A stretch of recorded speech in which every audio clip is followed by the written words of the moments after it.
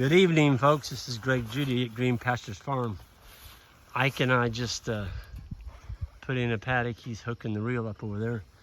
This will be their salad bar for the cow-calf mob in the morning. And what you're looking at here is eastern Gama Grass field that was put in 1992. So it's been here 18 plus 22. Golly, is that possible? 40 years. Yep, 40 years. Wow.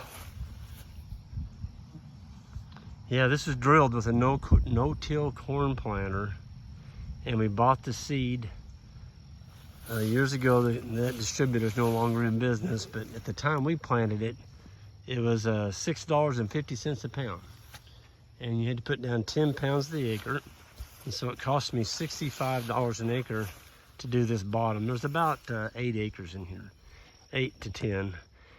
I think it's 8.5. Counting those ridges up to there, maybe 10. Anyway, we split it down the middle, and we're gonna give them this side in the morning, and they'll get that top side in the afternoon, tomorrow afternoon. But look at this Gama. So this is what grew. This is what grew on the prairie for thousands of years. This is what the buffalo ate. Missouri was covered with it. This is native. This is a native plant. And it feels pretty good to have it back on the farm. We've got 3 fields of this. Each one's about 8 to 9 acres. So we got about 27 to 30 acres of eastern Gama. It's a wonderful plant for the summertime when it gets hot. It's not a wonderful plant for the wintertime. It does not stockpile at all. I mean, you can grow it up in the fall, but the cattle don't eat it very well, and there's not much nutrition to it going into the winter. So that's why I'm happy with what I've got mixed in here.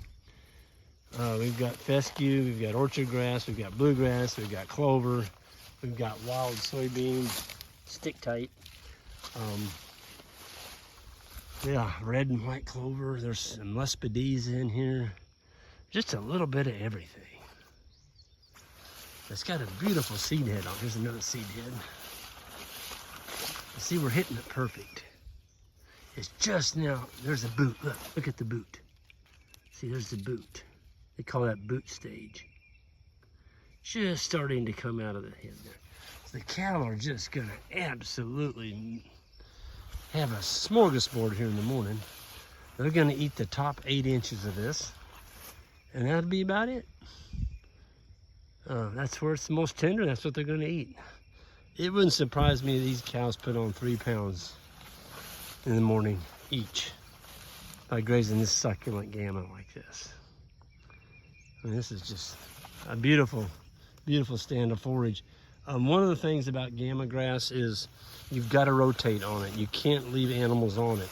So if you're fortunate enough to get a stand of it, you do have to rotate animals through it. And they call it the ice cream grass of grasses. If you leave animals on it, they're gonna eat it right into the dirt. And there goes your Gama grass. I may have already said it, but it is a member of the corn family. Look at that. It looks like a darn corn plant, almost. Big old wide blades. Cows just love it. Absolutely love it. They're gonna grab a bite of that and some of this wild soybean stick tight, which is a legume. This is gonna be cool. I can't wait to turn them in here. So this will be the first grazing of the Gama this year. We were here the 1st of April, and we are at May 25th today.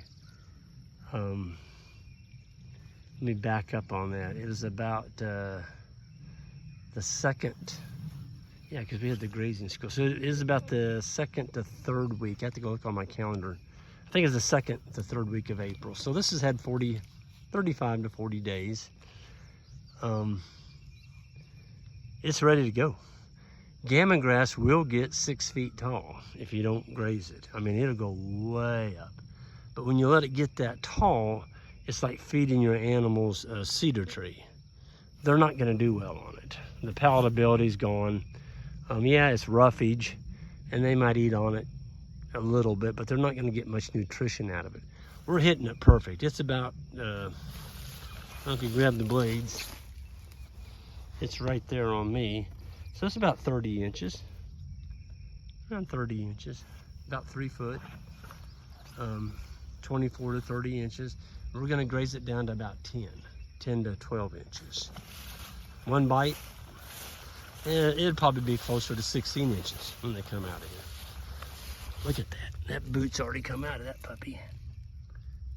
Oh, that's going to end up in a cow belly in the morning. Absolutely will. They love those seed heads. It's sweet. I would eat it, but I'm going to save it for the cattle. I've pulled them out and ate them before. The stock, it's really good. It's sweet, tender. I know why they eat it now. But yeah, so Gama grass is another species that you can get going in your fields. If you do plant it though, just remember, the first year when you plant it, you can't graze it, hardly at all. It's got to put its roots down. And if you're hitting it, grazing it that first year, you're probably going to kill it. So you do have to give it the summer off. Once you plant it in the spring, you want to put it out when there's no risk of any more killing frost. So the ground's got to be warm. The ground should be at least 60 degrees, high 50s, 60s. It is a member of the corn. It cannot take a hard frost on it if you're just getting it started. So yeah, drill it. Don't broadcast it. You won't get a stand with broadcasting. You got to drill it, and it's best to do conventional. You know, get a little dirt showing. You're gonna get a better stand. If you have a thick stand of sod and you try and drill a Gama grass into a thick stand of sod, you may get some plants, but you're not going to get anything like this. Yeah. This field's never been touched since I planted it in 1991. Never been touched with tillage. Let me say that. Actually, it was 92. So you kind of look at it this way. If you want a good stand, you're about gonna have to disc it, get a little dirt showing, control the vegetation, either graze it down real short, brush hog it real short or something, and then disc it lightly, get a little dirt showing, and then drill it, and pray for a rain. The day we planted it, it rained. And we got a good rain on it. I think every single plant came up. Yeah, so Gama grass, check it out. Make sure it'll grow in your area before you try it. It's not suited to every single region in the United States, but yeah, it might save you in a drought.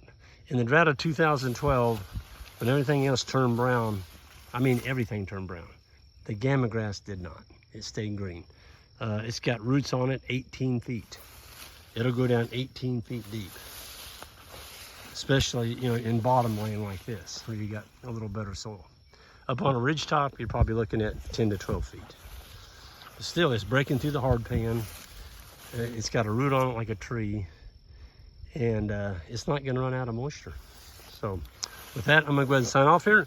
Everyone have a good one, and hit that subscribe button on the way out if you would, and we'll see you next time.